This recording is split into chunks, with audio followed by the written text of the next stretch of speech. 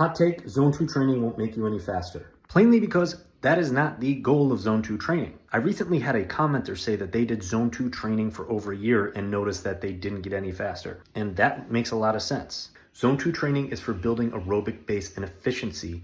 It is not for speed. You don't buy a Prius because you could go 0 to 60 in 2 seconds. There's different phases of your training year that you will go through as a runner.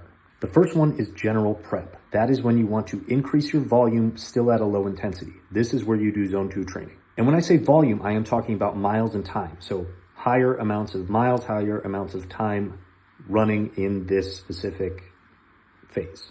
Your intensity stays low, meaning how fast. That's what I mean by intensity. Specific prep is when you start gearing up for your competition phase. Okay. In this is when you start adding in a little bit of intensity, but you could see that the volume starts decreasing while the intensity starts increasing. Near your competition phase, this is where you peak. That's where you want your race to be theoretically, okay? So at that point, your volume is decreasing, your intensity is increasing. So you are still doing faster races here, okay?